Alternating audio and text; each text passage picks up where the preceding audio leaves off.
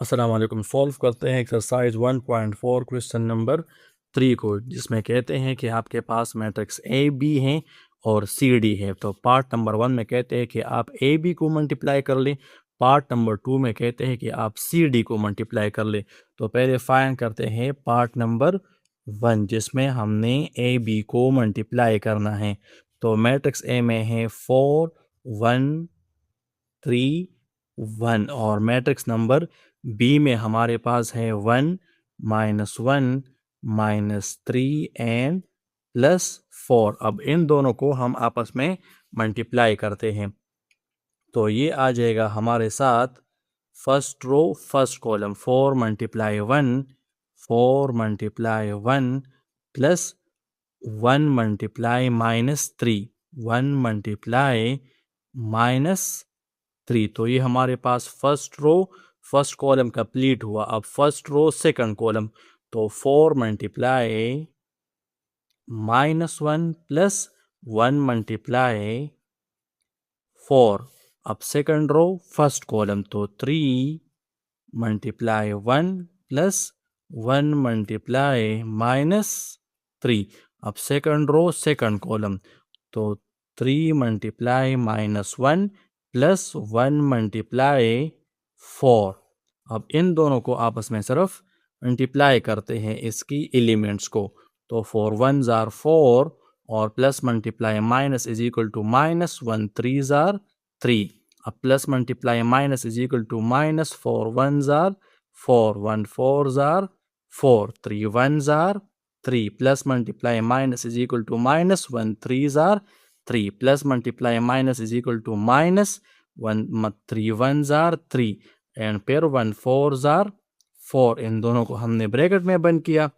अब इन दोनों को हम क्या करते हैं, 4 - 3 से 1 आता है, -4 + 4 से 0 आता है, 3 - 3 से 0 -3 + 4 से 1 आ गया।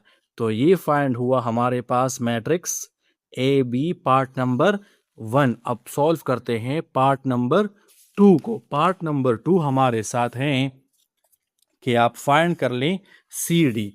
तो चलते हैं सॉल्व करते हैं सी डी मैट्रिक्स को। तो इसमें भी हम मल्टीप्लाई करते हैं first row first column, 3 × 1 plus 4 × -1/2। अब फर्स्ट रो सेकंड कॉलम, तो 3 × -2 प्लस 4 × 2/3। अब second row first column, 1 × 1 plus 2 × -1/2। अब सेकंड रो सेकंड कॉलम, तो 1 × -2 प्लस 2 × 2/3। अब क्या करते हैं, इनकी एलिमेंट्स को आपस में मल्टीप्लाई करते हैं। तो 3 1s are 3 आता है, प्लस अब 2 1s are 2 2 2s are 4। इन दोनों की कटिंग हुई, तो ये हमारे पास यहाँ पर 2 आया। तो plus multiply minus is equal to minus आ जाएगा और 2 1s are 2 आ जाएगा। Same plus multiply minus is equal to -3 2s are 6 plus 4 2s are 8/3 आ जाएगा। 1 1s are 1 plus multiply minus is equal to minus 2 और 2 आपस में कैंसिल हो जाएंगे और यहाँ पर आ जाएगा 1।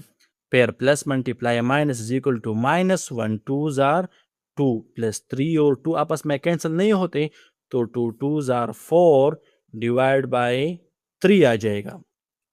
अब अगर हम देख लें, तो 3 - 2 से हमारे पास 1 आता है, 1 - 1 से हमारे पास 0 आता है। अब हम क्या करेंगे, इन दोनों को हम आपस में डायरेक्ट ऐड नहीं कर सकते, क्योंकि एक फ्रैक्शन में है, बीच में प्लस है। तो जब आपके पास एक साइड पर या दोनों साइड पर फ्रैक्शन हो और बीच में प्लस या माइनस हो, फिर आपको एलसीएम लेना पड़ता है। एलसीएम के डिफरेंट मेथड्स है हमारे पास।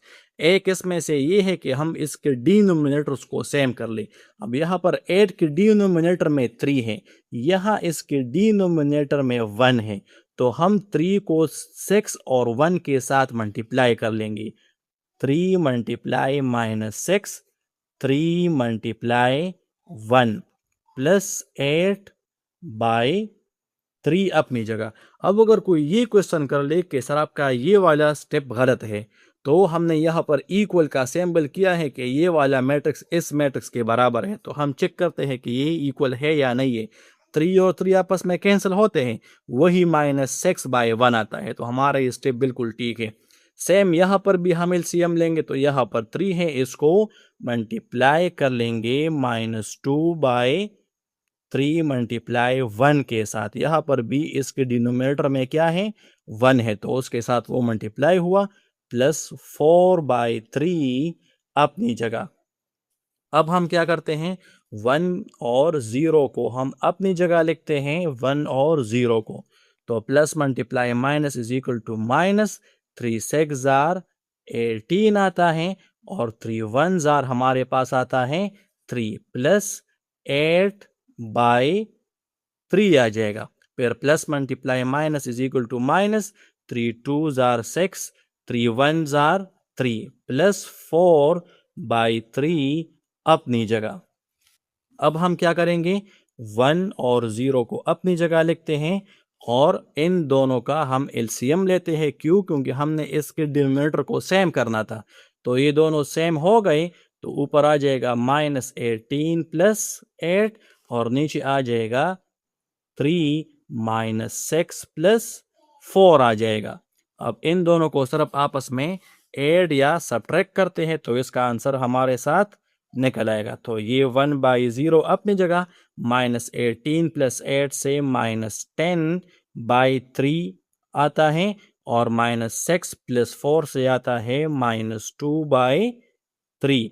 तो ये हमारे पास सी डी का मैट्रिक्स फाइंड हो गया, जो कि हमने फाइंड करना था।